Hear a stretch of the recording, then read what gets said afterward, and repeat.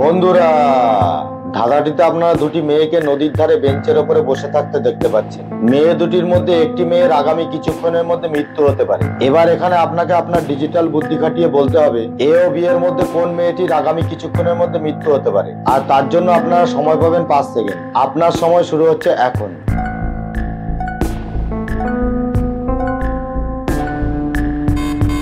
আশা করি অনেকেই অনুমান করতে পেরেছেন। যারা অনুমান করতে পেরেছেন তারা কমেন্ট করে জানান।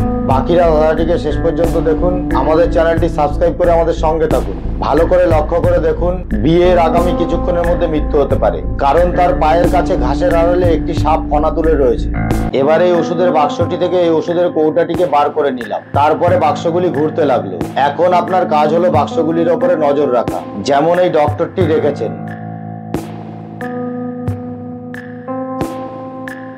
এবার আপনি ভেবে বলুন তো কোন বাক্সটি থেকে ওষুধের কৌটাটি বার করলাম। আপনার সময় শুরু হচ্ছে এখন।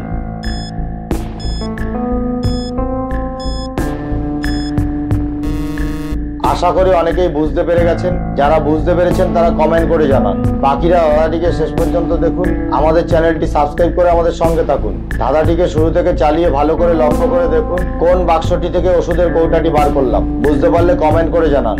ধাঁধাটিতে আপনারা একটি ছেলেকে দেখতে পাচ্ছেন। ছেলেটি অফিস যাবে বলে প্রস্তুত হয়েছে। তার আজ প্রস্তুত হতে একটু দেরি হয়ে গেছে, তাই সে নিজের গাড়ি নিয়ে অফিসের উদ্দেশ্যে রওনা দিল। কিছু দূর যাওয়ার পরে হঠাৎ রাস্তায় একজন পুলিশ অফিসার ছেলেটিকে আটকালেন। ছেলেটি গাড়ি থেকে বাইরে বেরিয়ে এলো। পুলিশ অফিসারটি কোনো কথা না বলে ছেলেটিকে ফাইন করলেন। ছেলেটি বুঝতে পারলো না কি কারণে পুলিশ অফিসারটি ফাইন করলেন। এবার এখানে আপনি কি আপনার ডিজিটাল বুদ্ধি খাটিয়ে বলতে পারবেন পুলিশ অফিসারটি কি কারণে ছেলেটিকে ফাইন করলেন? আপনার সময় শুরু হচ্ছে এখন।